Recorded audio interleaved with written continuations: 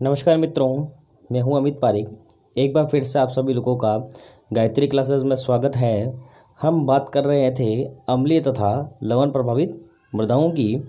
अम्लीय और लवण प्रभावित मृदाओं के हम लोगों ने अब तक 2 पार्ट पढ़ चुके हैं। आज हम बात करेंगे इसके तीसरे पार्ट की। इससे पहले मैं तीसरा पार्ट आप लोगों के स्टार्ट करूं, प्लीज़ आप लोगों ने यदि इस चैनल को सब्सक्राइब नहीं किया है तो इस चैनल को प्लीज़ सब्सक्राइब कीजिए, इसको लाइक कीजिए और इसे अपने दोस्तों के साथ में शेयर कीजिए। तो चलते हैं, आज का हमारा जो इसका दूसरा टॉपिक है उसकी हम बात करते हैं।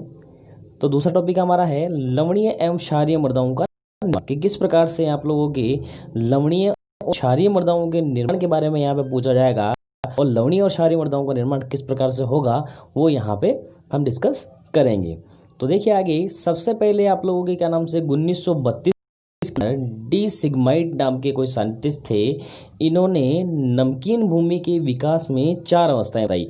तो ध्यान रखिएगा दोस्तों, यहाँ से आप लोग सबसे पहले याद कीजिएगा कि सबसे पहले जो लवणीय और क्षारीय मृदाओं की जो निर्माण की प्रक्रिया है, और जो निर्माण की प्रक्रिया है इसको सबसे पहले समझाया था किसने? 1932 के अंदर डी सिग्माइड ने इसको समझाया था। और जिसके क्या नाम से इन्होंने एक मत प्रस्तावित किया था, जिसके अनुसार इन्होंने नमकीन भूमि के विकास के लिए, नमकीन भूमि का मतलब लवणीय भूमि जिसे हम कहते हैं, तो इसके विकास के लिए इन्होंने क्या नाम से 4 अवस्थाएं बताई है।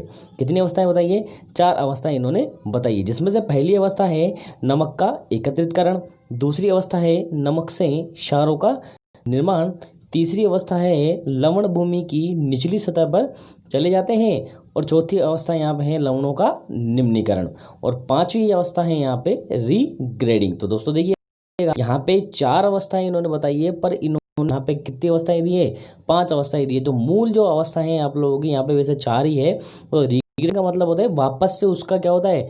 पुनर्भरण होता है। जिस प्रकार से मैं समझाता हूँ वापस से आप लोगों को, पहले तो क्या नाम से आप लोगों की पहली अवस्था क्या है? नमक का एकत्रित होना। सबसे पहले आप लोग क्या होगा, जो मृदा है उसके ऊपर क्या एकत्रित होगा? नमक का एकत्रीकरण होगा।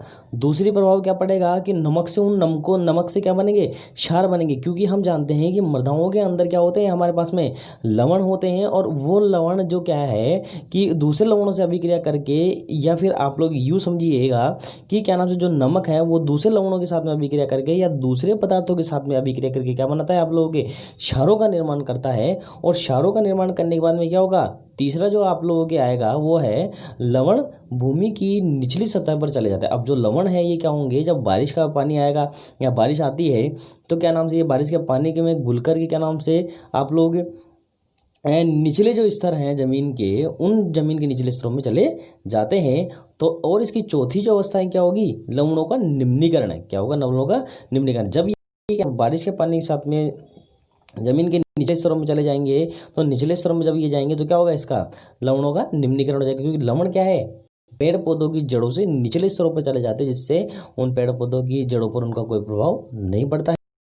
बाद में जो 5वीं अवस्था इन्होंने इसके बाद में जोड़ी थी, 5 अवस्था इन्होंने बताई थी। यहाँ तो 4 ही अवस्था आप लोगों को दी हुई है, परंतु इन्होंने लास्ट में 5 अवस्था इसमें कर दी थी। तो 5वीं अवस्था क्या हो गई? इसमें रीग्रेडिंग हो गई। क्या हो गई? रीग्रेडिंग। अब रीग्रेडिंग कैसे होगी? मैंने प्रीवियस वीडियो में आप लोग बताया, पहले वीडियो में मैंने आप लोग बता चुका हूँ, दूसरे वीडियो में मैं आप लोग बता चुका हूँ, तीसरे वीडियो में मैं आप लोगों को बता रहा हूँ कि क्या नाम से जब जो लवण है पानी के साथ में घुल करके मृदा के निचले संस्तरों में जाते हैं, परंतु क्या होता है कि जब वाष्पीकरण तीव्रता से होता है तो क्या होता है कि वो लवण जो है पानी के साथ में ही क्या करते हैं? मृदा की सतह पर आकर के क्या हो जाते हैं? वापस से एकत्रित हो जाते हैं। तो इसी प्रकार से लवण तो पहले, लवणीय भूमि तो पहले ही थी, फिर वापस से उसके ऊपर क्या एकत्रित हो जाते हैं? लवण एकत्रित हो जाते हैं।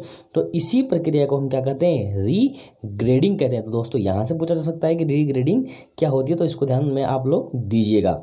नेक्स्ट है इसके अंदर आप लोगों के क्या नाम से केली नाम के जो साइंटिस्ट थे, इन्होंने क्या नाम से उनके बाद में 1951 के अंदर इन्होंने क्या किया था कि इन्होंने भी एक मत प्रस्तावित किया था, जिसके अनुसार क्या था, इन्होंने भी इसको 2 अवस्थाओं में बांटा था। तो जिसमें पहली अवस्था क्या है आप लोगों के?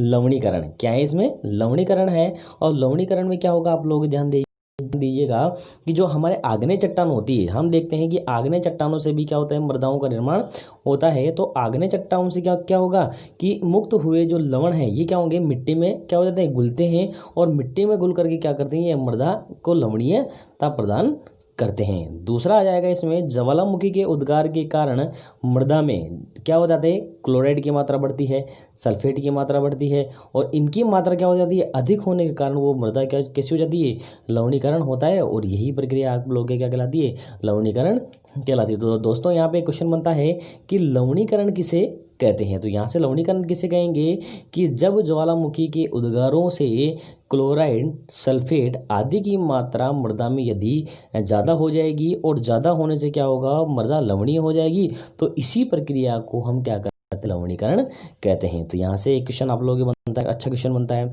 दूसरा नेक्स्ट आता है इसमें आप लोगों के दूसरा कि सिंचाई जल से अत्यधिक परंतु अधिक समय अंतराल के बाद सिंचाई करने से पानी क्या होता है, वाष्पीकरण द्वारा ऊर्जा और लवण तेजी से मृदा की सतह पर एकत्रित होते हैं, जिसके कारण क्या होती है, मृदा लवणीयता को प्राप्त करती है। मैंने ये आप लोगों को समझा चुका हूँ। आगे देखिएगा, इसमें आता है क्षारीकरण। लवणीकरण तो हमारे हो चुका, दूसरा क्या है, क्षारीकरण। अब क्षारीकरण में क्या होगा, देखिए, क्षारीय विनिमय की क्रिया द्वारा कैल्शियम, मैग्नीशियम और आप लोगों के क्या होगा, कैल्शियम तथा मैग्नीशियम के साथ में आप लोगों के सोडियम भी क्या होती है कि मृदा के कणों पर क्या हो जाते हैं, अधिशोषित होते हैं। अब ध्यान दीजिएगा दोस्तों, अधिशोषित होने का मतलब ये है कि जैसे मान लीजिए मृदा का कण है और इस मृदा की ऊपरी सतह पर, ये जैसे मान लीजिए ऊपरी सतह है, तो इस सतह पर ये क्या हो जाते हैं, अधिशोषित हो जाते हैं। इसी प्रक्रिया को कहते हैं अधिशोषण, अधिशोषित होना कहते हैं।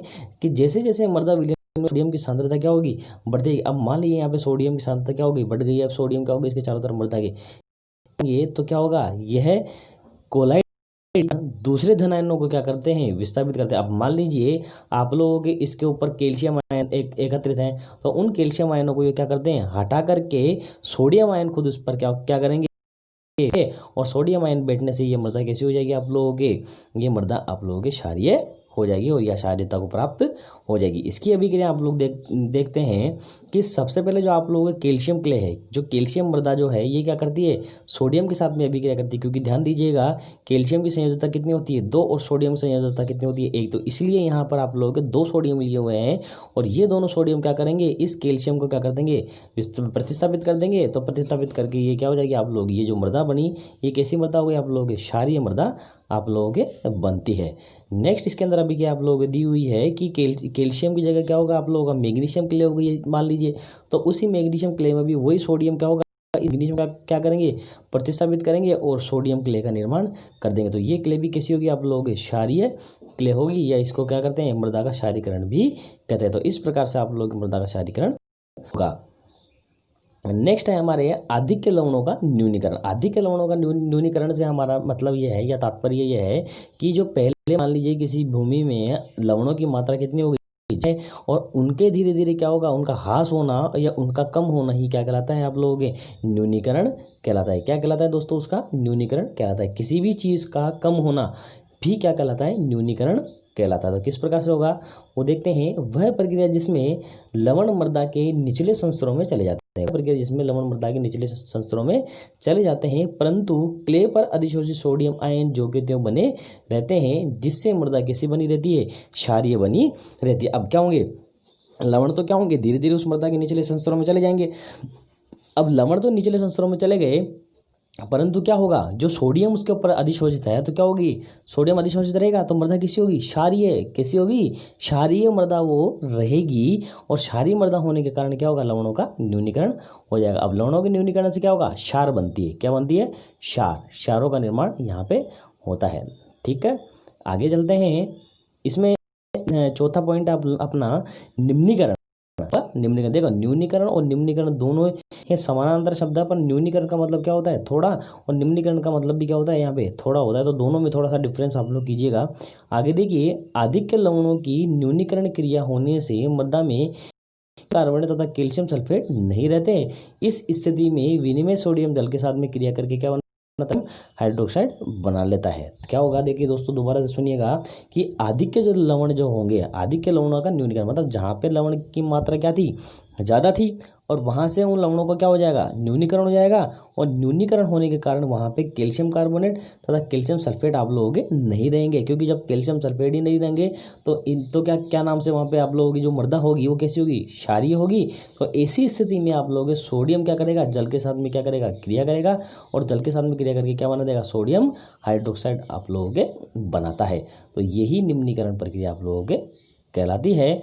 और क्या होगा आप लोगों के आगे देखिए कि और हाइड्रोजन त्यागते हैं, क्या करते हैं, हाइड्रोजन त्यागते हैं। अब तो ये अभिक्रिया मैं बताता हूँ कि जैसे आप लोगों के कोई सोडियम है, सोडियम किसके साथ में अभिक्रिया कर रहा है, आप लोगों के जल के साथ में अभिक्रिया कर रहा है, HOH के साथ में अभिक्रिया कर रहा है।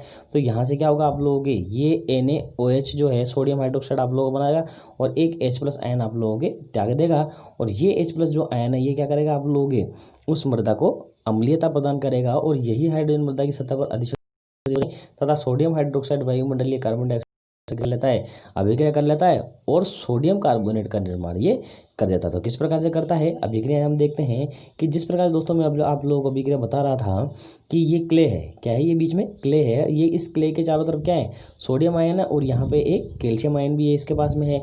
अब ये क्या करेगा, जल के साथ में अभिक्रिया करेगा, और जल के साथ में अभिक्रिया करने के बाद में क्या होगा, वही बता रहा हूँ मैं कि NaOH के साथ, NaOH तो ये बना देता है, और साथ में क्या होगा, जो हाइड्रोजन आयन है वो किस पे अधिशोषित हो जाएंगे आप लोगों के, ये क्ले के ऊपर आप लोगों के क्या होंगे, अधिशोषित हो जाएंगे। और क्ले के ऊपर अधिशोषित होने के बाद में सोडियम हाइड्रोक्साइड निकल जाएगा, और यही सोडियम हाइड्रोक्साइड है ये क्या करेगा, वापस से जो उस मृदा में उपस्थित कार्बन डाइऑक्साइड उससे क्रिया करेगा तो सोडियम कार्बोनेट का निर्माण ये कर देगा, और एक जल का अणु उसमें से क्या निकल जाएगा, बाहर निकल जाएगा। कहाँ निकल जाएगा, बाहर यहाँ से निकल जाएगा। नेक्स्ट है लवण प्रभावित मृदाओं का वर्गीकरण, कि किस प्रकार से आप लोग लवण प्रभावित मृदाओं का वर्गीकरण कर सकते हैं। तो वो देखिए, सबसे पहले है लवणीय मृदा। लवणीय मृदा, इसमें क्या होगा कि वे मृदा, ये पहचान करने का है कि लवणीय मृदा किसे कहते हैं, क्षारीय मृदा किसे कहते हैं। तो इस प्रकार की मृदाओं की पहचान यहीं से होगी। तो कैसे होगी, वे मृदा, देखिए ये तापमान यहाँ पे क्या होगा, निश्चित होगा, क्या होगा, तापमान यहाँ पे निश्चित होगा। तो वे मृदा जिनमें 24 डिग्री सेंटीग्रेड पर, कितने डिग्री सेंटीग्रेड लिया गया यहाँ पे, 24, क्योंकि प्रयोगों द्वारा ये प्रेक्षित है तो इसलिए ये प्रेक्षण लिए हुए हैं, तो इसलिए ये तापमान आप लोगों के निश्चित रहेगा। उस मृदा का तापमान क्या होगा, निश्चित रहेगा। तो क्या होगा, 24 डिग्री सेंटीग्रेड पर मृदा के संतृप्त निष्कर्ष की विद्युत चालकता कितनी होगी, 4DSM-1 से क्या होगी, अधिक होगी। देखिए दोस्तों, DSM-1 ये मैं लास्ट में, वीडियो के लास्ट में बताऊंगा आप लोगों को इसकी फुल फॉर्म क्या होती है, ये किस प्रकार से आप लोगों के काम में आता है, यहाँ पे एक इकाई के रूप में क्यों लिया गया है। तो आप यहाँ पे अभी तो यही ध्यान दीजिएगा, DSM-1 जो है आप लोगों को से अधिक होगी तो मृदा कैसी होगी, आप लोग लवणीय होगी। नेक्स्ट है इसके अंदर कि इसमें सोडियम की मात्रा भी यदि क्या होगी आप लोग 15% से क्या होगी, कम होगी, तो वो मृदा कैसी होगी आप लोग लवणीय होगी। नेक्स्ट है pH 8.5 से कम होगी तो वो मृदा कैसी होगी, लवणीय होगी। pH 8.5 से कम मृदा कैसी होगी, लवणीय होगी। दोबारा सुनिएगा कि यदि विद्युत चालकता कितनी होगी, 4DSM-1 से क्या होगी, अधिक होगी, और क्या नाम से सोडियम की मात्रा 15% से क्या होगी, कम होगी, और pH की मात्रा जो है 8.5% से क्या होगी, कम होती है, तो वो मृदा कैसी कैसी क्या कहलाती है आप लोग, लवणीय मृदा कहलाती है। अब क्षारीय मृदा में इसका ऊर्जा उल्टा हो जाएगा, कैसा हो जाएगा, क्षारीय मृदा में उल्टा। तो दूसरी अपन पढ़ेंगे इसकी क्षारीय मृदा ही पढ़ेंगे।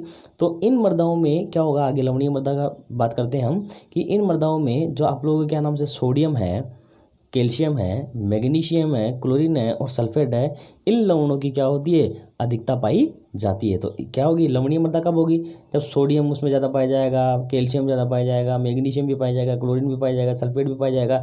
तो इससे ये मृदा कैसी हो जाएगी, आप लोग लवणीयता को प्राप्त होती है, या इनसे ये मृदा कैसी बनती है, लवणीय बनती है। तो देखिए, आप क्षारीय मृदाओं की बात करें तो पहले मैंने लवणीय मृदाओं की बात की थी। तो वे मृदाएं जिनके अंदर 24 डिग्री सेंटीग्रेड पर विद्युत चालकता कितनी होती है, 4DSM-1 से क्या होती है, अधिक। तो यहाँ क्या आ जाएगा, क्षारीय मृदाओं में कम, और सोडियम की प्रतिशतता यहाँ पे 15% से क्या है, कम है, तो वहाँ पे क्या आ जाएगी, अधिक। pH 8.5 से कम है तो वहाँ क्या हो जाएगा, 8.5 से अधिक। और इनके अंदर कैल्शियम की मात्रा क्या हो जाएगी, यहाँ पे अलग अलग है ये। तो देखिए यहाँ पे विद्युत चालकता कितनी हो गई, 4DSM-1 से कम हो गई। यहाँ पे सोडियम की मात्रा कितनी होगी, 15% से अधिक हो गई। और यहाँ पे pH कितनी हो गई, 8.5 से 10 तक यहाँ पे हो गई। और लवणीय और क्षारीय मृदा, ये देखिए लवणीय और क्षारीय मृदाओं का बीच में जब मृदा वो मृदा लवणीय रहती है ना आप लोगों की क्षारीय रहती है, तो किस प्रकार से उनको देखेंगे कि वे मृदाएं जिनके अंदर देखिए 24 डिग्री से छोड़ो, अब यहाँ पे कितना डिग्री सेंटीग्रेड आ गया 25 डिग्री सेंटीग्रेड पर क्या होगा कि मृदा के संतृप्त निष्कर्ष की विद्युत चालकता कितनी होगी 4DSM-1 से क्या होगी अधिक होगी। तो वो मृदाएं कैसी होगी आप लोग लवणीय और क्षारीय मृदाएं आप लोगों के कहलाती है। और जिनकी पीएच क्या होगी आप लोग 8.5 से क्या होगी अधिक होती है। और क्या नाम से यहाँ पे विनिमय सोडियम की मात्रा भी क्या होगी आप लोगों की 10-15% से क्या होगी अधिक होगी। तो लवणीय और क्षारीय मृदाएं आप लोगों के कहलाती है। अब हम बात करते हैं विद्युत चालकता की। देखिए दोस्तों मैं आप लोगों को बताया था कि DSM-1 जो है ये क्या है, यहाँ पे मैं आप लोगों को अब बताऊंगा कि सबसे पहले हम पढ़ते हैं विद्युत चालकता के बारे में। इसमें देखिए मिट्टी और पानी के घुलनशील लवण की सांद्रता कितनी है, क्या क्या कहलाती है आप लोग ये विद्युत चालकता कहलाती है। मिट्टी और पानी में घुलनशील लवणों की मात्रा कितनी है यही चीज निकालना उसकी विद्युत चालकता कहलाती है। यदि मान लीजिए लवणों की मात्रा पानी के अंदर अधिक है तो विद्युत चालकता क्या होगी अधिक। यदि लवणों की मात्रा पानी में कम है कम है तो क्या होगी उस विद्युत चालकता आप लोग कम, क्योंकि न्यूट्रल पानी जो होता है या उदासीन पानी जो होता है उसके अंदर क्या नाम से आप लोगों के विद्युत का चालन वो नहीं करता है और उनके अंदर लवणों की मात्रा शून्य होती है। ठीक है, आगे इसकी इकाई देखिए, ये देखिए अब यहाँ पे आप लोग देखिएगा डेसीसाइमन प्रति मीटर, जो आप लोग DSM-1 जो था ये क्या है डेसीसाइमन प्रति मीटर आप लोगों के कहलाता है। क्या होगा DS जो डेसीसाइमन डेसी डी का मतलब डेसी और एस का मतलब क्या हो गया आप लोग साइमन और प्रति मीटर का मतलब क्या हो गया M-1/M-1 में आप लोग आ जाएगा। तो डेसीसाइमन ये क्या हो जाएगा प्रति मीटर आप लोगों की इसकी इकाई हो जाएगी। अब ये निकालने का सूत्र क्या है, विनिमय सोडियम प्रतिशतता निकालने का सूत्र है, इसको शॉर्ट फॉर्म में अपन क्या कहते हैं ESP कहते हैं। दोस्तों यहाँ से इसकी शॉर्ट फॉर्म भी पूछ सकता है और पूछी भी गई है कि ESP की जो शॉर्ट फुल फॉर्म क्या है वो क्या है विनिमय सोडियम प्रतिशतता आप लोगों को कहलाती है। इसका सूत्र क्या है कि एक्सचेंज सोडियम इंटू 100। अब सोडियम की जगह आप लोग दूसरे भी आयन हो सकते हैं आप लोगों के, तो इसको किससे मल्टीप्लाई करना है आप लोगों को 100 से मल्टीप्लाई करना है अपॉन केटाइन एक्सचेंज कैपेसिटी। अब केटाइनों की एक्सचेंज कैपेसिटी उसमें कितनी होगी वो भी आप लोग यहाँ पर लिख देंगे। आप लोग सोडियम प्रतिशतता आप लोग यहाँ से बाहर सोडियम प्रतिशतता है जो आप लोगों के वो यहाँ से निकल जाएगी। आप लोग इससे सोडियम प्रतिशतता निकाल सकते हैं।